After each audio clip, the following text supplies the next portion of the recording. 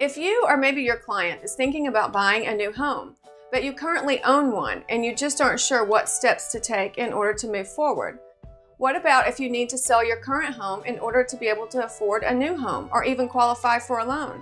Then this coffee break is for you. Stay tuned.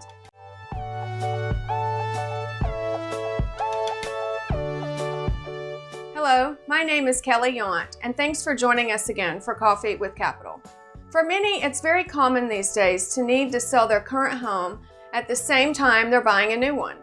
Most are in need of the proceeds from that sale of the current home in order to set them up to buy or maybe qualify for the new one. Regardless of your needs, it can make for a precarious situation in the event that one of the sales falls apart.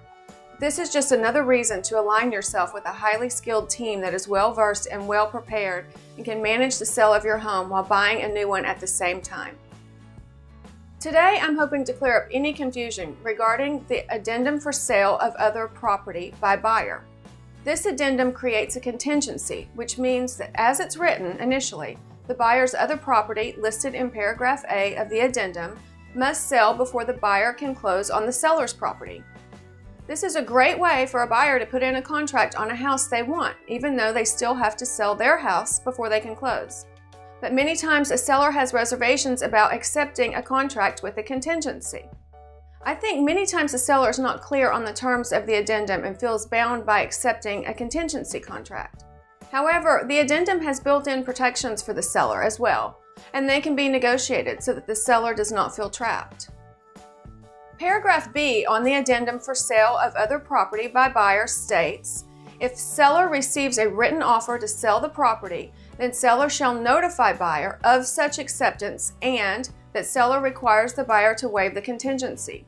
The next sentence is the amount of days that the parties can negotiate, giving the buyer a time frame he or she must waive the contingency if the buyer does not want the contract to terminate.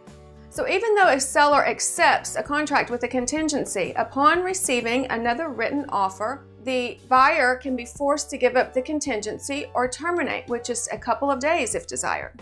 The seller can even request additional earnest money be paid when the buyer waives his contingency under paragraph C of the addendum. Under certain circumstances, I would argue a contingency offer can be just as strong as an offer without a contingency. The seller is not bound to an indefinite time period for the buyer's house to sell, and they can continue to show their home during this time and accept other offers. With a little more work, you can see that buying a home while selling your home is absolutely possible, and at the same time common. It's important to note that on the downside, offers for sale with a contingency can sometimes be viewed as less advantageous than an offer that does not include one. But by aligning the right team of market experts and having an attractive approach that makes up for the risk a seller would assume if accepting your offer with a contingency, it could just be the key to your new home.